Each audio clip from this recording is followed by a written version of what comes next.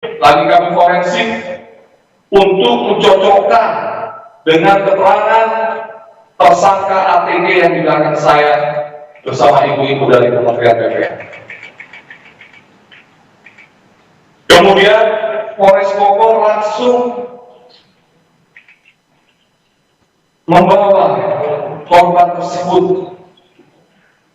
ke dokter rumah sakit UD Cibinong untuk melaksanakan visum. Lalu dilakukan pemeriksaan. Keadaannya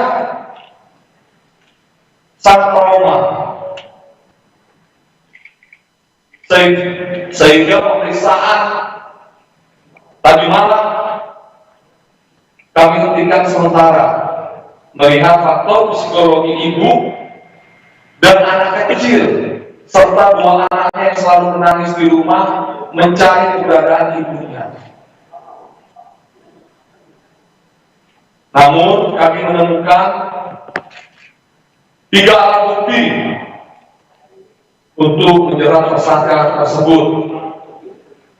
Pada pukul 16.00 kurang lebih, tersangka kami monitor melakukan check-in di sebuah hotel bilangan Jakarta Selatan, tepatnya di Kemang. Sehingga saya perintahkan segera tangkap, nggak pakai lama.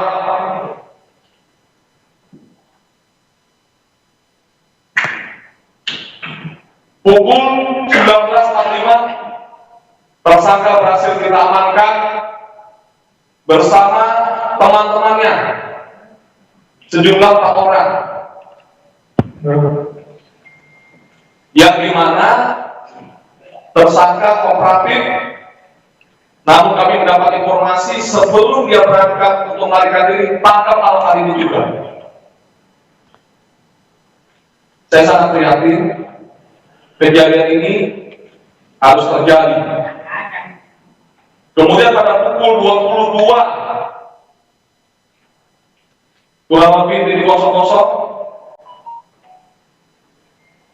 kasus tersebut sudah kita naikkan ke penyidikan. Pemeriksaan dilaksanakan sebagai tersangka dan kami telah melakukan penahanan terhadap saudara ATG ini dengan pasal berlapis. 1 adalah pasal kekerasan fisik dalam rumah tangga KDRT, pasal 44 ayat 2 Undang-Undang 23 tahun 2004 dengan ancaman 10 tahun penjara. Kami juga memasukkan pasal kekerasan terhadap anak seperti yang kita lihat di video tersebut,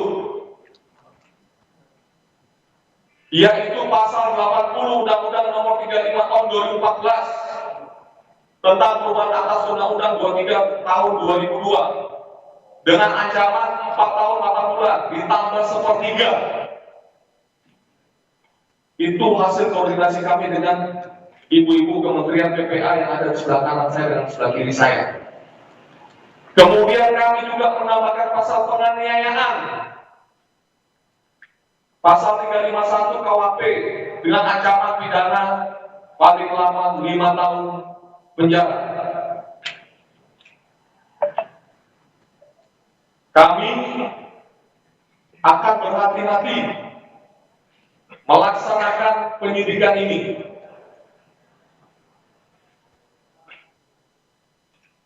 Kami juga menunjuk seluruh penyidik dari Polres Bogor adalah penyidik PPA yang wanita, yaitu Polwan.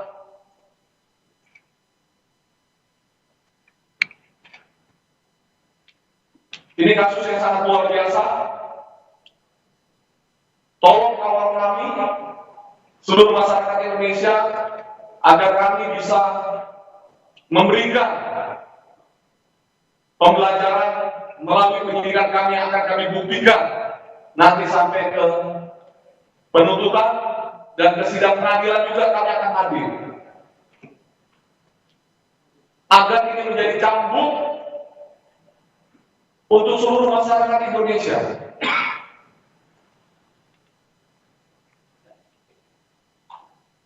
Nanti kita akan mendengarkan dari Asisten Deputi Kementerian PPA Bu Pratin bagaimana pola-pola pengasuhan terhadap anak dan pola-pola terhadap psikologi dari korban. Untuk waktu kami persilakan dulu. Terima kasih Pak Kapolres. Assalamualaikum warahmatullahi wabarakatuh. Shalom, Om Swastiastu, Namo Buddhaya, salam kebajikan dan tentunya salam sehat semua. Kementerian PPPA tentunya merasa prihatin Bapak Ibu dan juga peristiwa KDRT yang dilakukan oleh suami kepada istri dan juga anaknya. Dan tentunya kami juga mengapresiasi ya terhadap korban yang telah berani speak up terhadap kekerasan yang dialami. Karena kita tahu Bapak Ibu bahwa kejadian KDRT ini biasanya sering berulang, tapi tidak berani melaporkan ya kepada pihak-pihak yang berwenang untuk melakukan penanganan kekerasan, sehingga dalam kasus yang dialami oleh korban tentunya apresiasi sudah berani melaporkan kasus-kasus kekerasan yang dialami. Dan tentunya sesuai dengan tugas pokok fungsi Kementerian PPPA yang memberikan perlindungan terhadap perempuan korban kekerasan maupun anak yang melakukan dengan khusus yang memang mengalami kekerasan, kami akan terus mengawal terkait dengan proses-proses itu dari awal hingga selesai nantinya. Dan bersama dengan Dinas P3A Kabupaten Bogor tentunya kami akan melakukan pendampingan terkait dengan penguatan psikologis pada korban dan juga anak-anak dari korban yang berjumlah 3 orang dan 2 orang yang tentunya sudah umur 4 dan juga 6 tahun, dan yang paling kecil yang kemarin memang mengalami kekerasan secara langsung dari tersangka. Dan tentunya kami juga ingin memastikan bahwa bagaimana pola pengasuhan anak yang karena ibunya juga perlu penguatan psikologis dalam proses selanjutnya. Kami saat ini sedang melakukan pemetaan baik psikis, fisik dari keluarga yang nantinya mungkin akan bisa membantu dalam proses pengasuhan sebagai pengasuhan alternatif ya, karena ibunya saat ini tentu masih perlu penguatan psikologis nanti tentunya dengan Dinas P3A Kabupaten Bogor. Dan izin Pak Kapolres, tentunya kami Kementerian PPPA bersama dengan Ibu Rani dari aspek perlindungan hak yang anak yang berkebutuhan khusus tentunya akan mengawal dari awal sehingga terminasi nanti ya kasus ini diharapkan kita akan melihat bahwa tadi pasal-pasal yang disangkakan itu memang bisa kita sesuai dengan peraturan yang berlaku, dan kami mendukung kerja keras yang dilakukan oleh Kapolres Bogor. Dan sekali lagi kami mengucapkan terima kasih atas kerja keras Pak Kapolres yang kemarin langsung turun ke lapangan menugaskan timnya gitu ya, dan juga terima kasih kami ucapkan pada Pak Sekretaris Dinas P3A Kabupaten Bogor yang tadi malam juga sudah bersama kami ya, tim layanan perempuan dan juga tim layanan anak sudah langsung ke lokasi dan juga bersama-sama melihat pada proses-proses yang dilakukan ya dalam visum ya Pak ya, sudah dilakukan juga. Mungkin itu saja dari kami. Terima kasih. Kami juga mohon dari teman-teman media untuk juga terus mengawal terkait dengan proses hukum sesuai dengan aturan yang berlaku. Terima kasih. Assalamualaikum warahmatullahi wabarakatuh. Waalaikumsalam.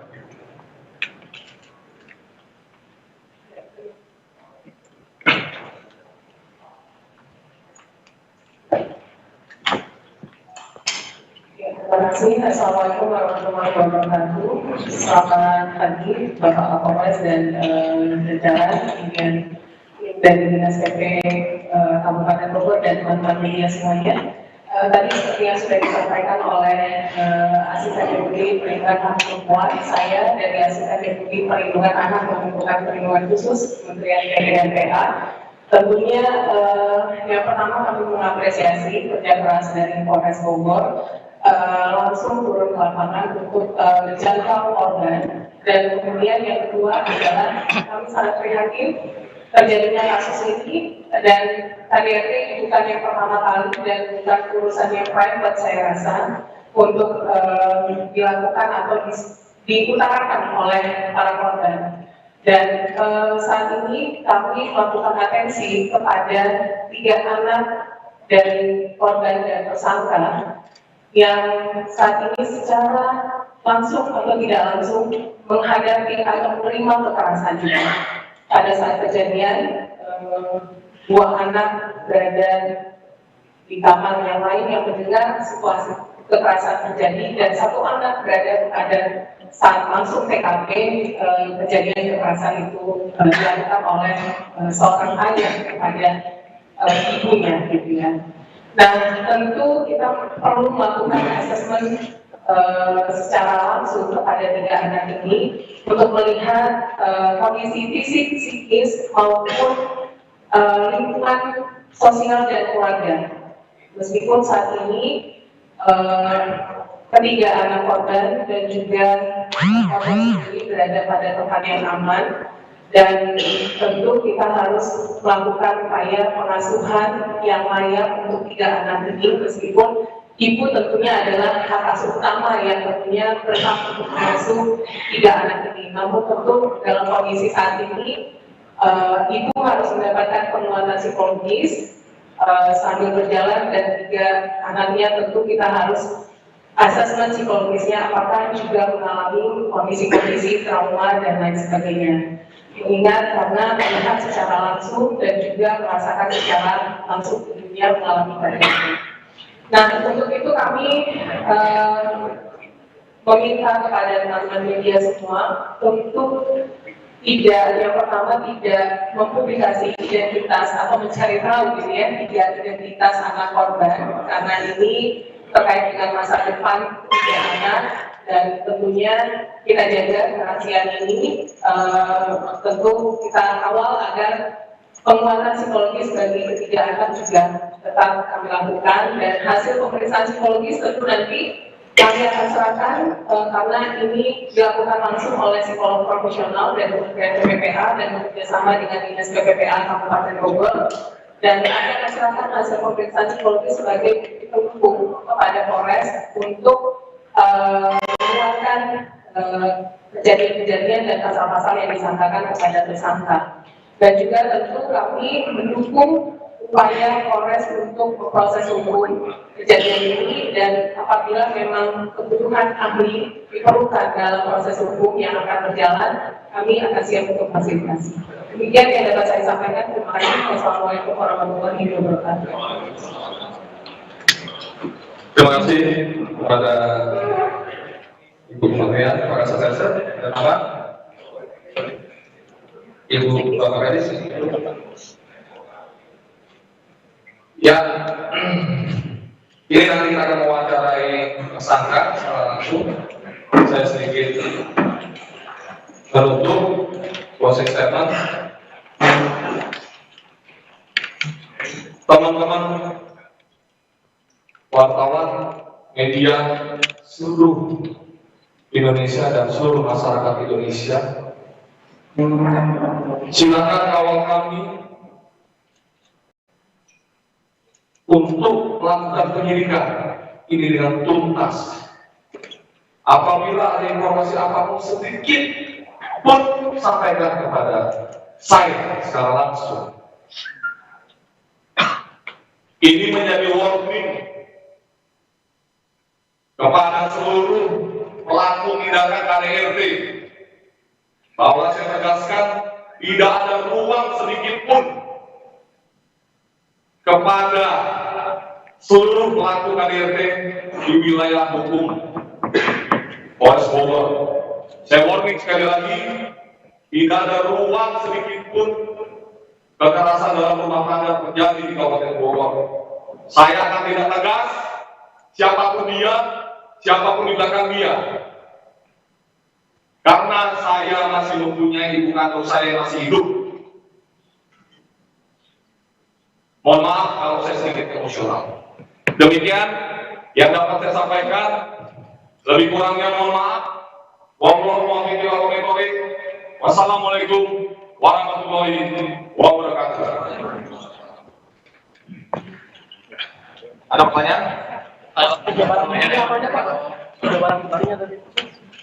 Tes. Ya. Berdasarkan hasil pemeriksaan Sebentar, yang satu ya, dari mana? tiga barang dari antara dan tiga barang buktinya bisa disebutkan Pak. Jadi, 3 barang bukti ini, satu adalah dokumen tentang pernikahan antara pelaku dan korban. Yang kedua adalah flash disk yang kami berupa isi rekaman CCTV yang kami ambil dari medsos. Yang ketiga adalah screenshot dari medsos tersebut ini tentang terjadinya tindakan kekerasan tersebut terhadap ibu dan balita tersebut. Dan dari hasil penyelidikan pelaku melakukan KDRT berapa kali? Ya, dari fakta pemeriksaan penyidikan yang dilakukan oleh anggota kami dan diawasi langsung oleh Kementerian PPA bahwa tersangka telah melakukan lebih dari 5 kali. Dalam rentang waktu Sejak kapan, Pak? Dari semenjak dia menikah, bisa jadi lebih dari 5 kali. Pak, untuk kondisi bayi saat ini bagaimana, Pak? Kemarin kan sempat ketendang, lalu juga apakah selama 5 kali itu anak juga menjadi korban secara langsung dalam KDRT ini, Pak? Perlu teman-teman kami jelaskan bahwa kemarin anggota kami sudah 13.30 nyampe di TKP. Namun kami baru bisa masuk pada pukul 14.00 karena kami menunggu penyidik dari Polwan. Kami menjaga traumatik dari anak-anak korban. Karena informasi yang kami dapat dari teman sekitar dengan ART bahwa anak-anak korban sangat takut ketemu sama laki-laki. Jadi kami mohon maaf, bantu kami agar kami bisa menuntaskan kasus ini secara baik. Berarti pernah dianiaya secara langsung, Pak, oleh ini? Nanti kita dalamin. Nanti saya mohon kalau ada informasi silakan untuk dilaporkan. Pak, kalau motifnya Pak kenapa melakukan penganiayaan? Makanya ada kabarnya ketahuan sedikit. Oke. Bahwa motifnya saya sampaikan mohon maaf. Hasil pemeriksaan dari tersangka, mohon maaf saya sampaikan bahwa si tersangka ketahuan menonton video porno. Hasil pemeriksaan tersangka. Namun kami ingin menggali pemeriksaan dari korban. Karena kemarin faktor psikologinya masih trauma, kami berinisiatif menghentikan dulu sementara pemeriksaan terhadap korban. Ini motif itu terjadi di pemukulan yang terakhir. Ya, pemukulan yang terakhir. Kita berbicara terakhir yang pukul 10.09. Ada informasi lain mungkin penganiayaan yang dilakukan sebelum penyebab. Lagi kita dalami. Kami fokus pada yang kejadian kemarin dulu. anak Apa itu apa yang beredar informasinya bahwa tersangka itu melakukan perselingkuhan. Tadi sudah saya jawab. Untuk yang kasus kemarin, pemeriksaan tersangka hasilnya adalah karena ketahuan ketahuan menonton video porno. Namun kita harus mengcross-check dengan apa yang akan disampaikan oleh korban dan HP tersangka sudah kita periksa, sudah dihapus di dalam HP. Namun kami mempunyai teknik untuk penyidikan crime Dan izin nanya deh, scientific investigation. Pak Kapolres kan benar sebelumnya juga Dr. Tori hukumannya maksimal 2 tahun. Nah ini biar hukumannya lebih berat gimana? Makanya saya tambahkan untuk pasal kekerasan terhadap anak. Pak Kapolres benar nggak dia mau kabur ke Surabaya dan itu pukul berapa dibantu sama teman-temannya yang 4 orang itu? Teman-temannya masih kami periksa sebagai saksi Apabila termohon ternyata terlibat di dalam kasus ini akan kami jadikan juga tersangka. Dan Itu kan izin korban mengiyakan kalau mau kabur. Masih kami dalam. Pak, untuk kondisi ibu sekarang yang dilakukan pemeriksaan, luka-lukanya apa aja Pak yang tercatat Pak? Dari hasil visum yang dikeluarkan oleh dokter Rumah Sakit Cibinong bahwa ada luka cakar di punggung, lalu ada benjolan di kepala. Oke. Meong kali. Sudah? Terakhir ya. terkait dengan itu dan ada berkaitan dengan 8 bank. Masih kami dalami faktor apa, motif apa yang lebih krusial dan lebih dalam kenapa dia sampai melakukan hal tersebut. dan izin nanti tersangka akan dilakukan pemeriksaan psikologis atau seperti apa?